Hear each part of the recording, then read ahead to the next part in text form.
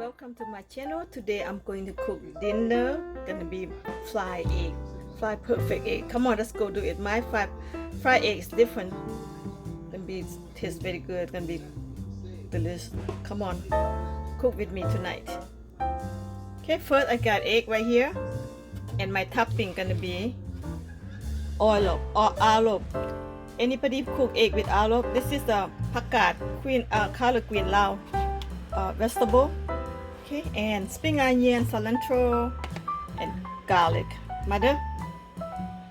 มาขัวไข่พี่น้องขัวไข่ใส่เอาolive and ผักกาดแล้วก็หอมบัวแล้วก็กระเทียมมาขัวน้ำกันกินข้าวแรงน้ำกันมื้อนี้ Okay, first we're gonna crack the egg. เอาปอกเอาทับไข่ก่อนพี่น้อง Okay. Oh, this is beautiful egg, big one too. ใหญ่ที่สุดเลยไข่นะใหญ่ที่สุดเลยในโลกครับมีไข่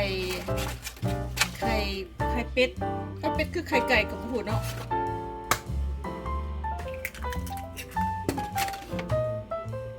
โอเคขัวไข่ก็มี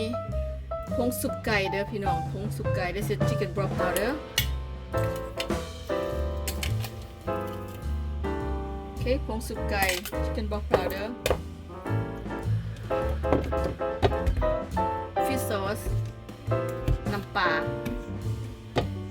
put about 2 spoon 2 บวงโอเค2 บวง 2 spoon วันนี้ก็มีเจลใส่เจลเพราะว่าหมักเผ็ด This is sisou hot sauce okay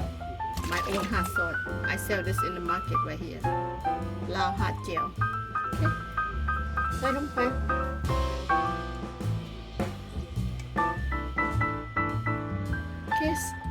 put about a little bit make a spice okay ใส่หน่อยนึงค่ะมันเผ็ดร้ายมันก็แซ่บแล้วก็ตีซีซูซอสไว้เฮียอย่าลืมเด้ออันนี้เจลซีซูด้วยนี่ท่านอยากได้ไปไทยมาร์เก็ตโอเคขายอยู่ไทยมาร์เก็ตแค่ตีไข่ก็แล้วล่ะอันนี้แม่น้ำมันolive oil โอเคน้ำมันมะกอกขั้นบาทนะOkay, ใส่น้ำมันลงไป This is a olive oil, okay? Alright, eat more. Good vitamin C, no problem. กินหลายก็ดีเป็นวิตามิน C เฮ็ดให้หนุ่มลง อันนี้น้ำมันมะกอก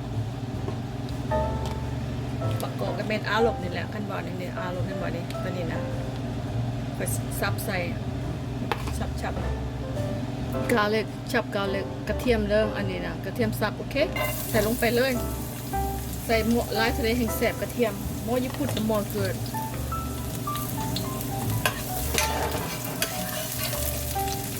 okay garlic already golden brown smell so good กระเทียมก็สุกแล้วโอเคกรอบละวันนี้เฮาก็สิมาใส่ไข่กันโกเฮ็ด put the egg ใส่ไข่เลยพี่น้องเด้อมี2 คนสำหรับเฮ็ดเป็น2 คนเลยนะ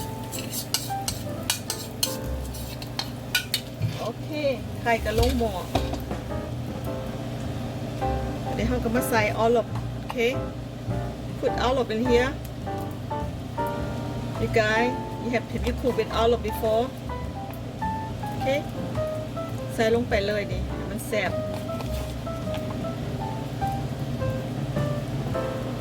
ผักกาดใส่ไปเลย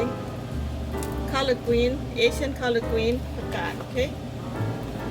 Eat a lot of vegetable, make you feel good and don't feel guilty. แล้วพี่น้องก็ต้องกินได้หลาย vegetable มันจะค่อยบ่นให้มันมีแห้ง Put more vegetable อันนี้เอาหอมป้อมผักชีเด้อพี่น้องเด้อหอมป้อมกับผักชีโอเค and หอมบัวถูก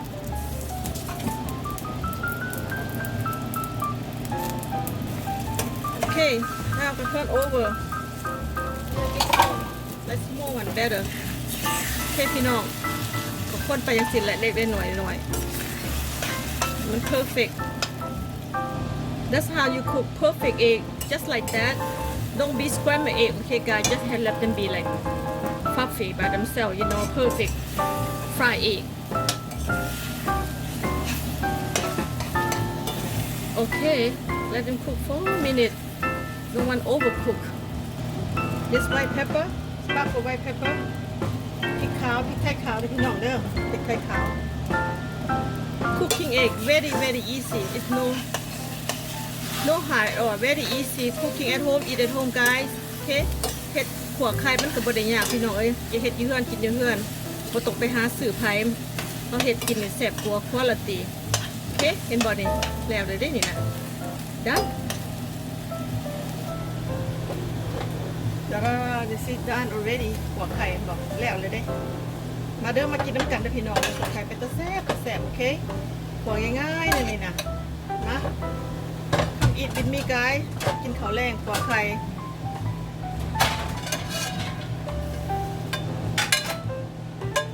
แล้วละเห็นบ่แล้วละมาเด้อมากินข้าวน้ำกันพี่น้องกินข้าวแรงโอเคเอาแล้วละโอเคขัวไข่แล้วละมาเด้อ come on eat with me perfect cooking egg yum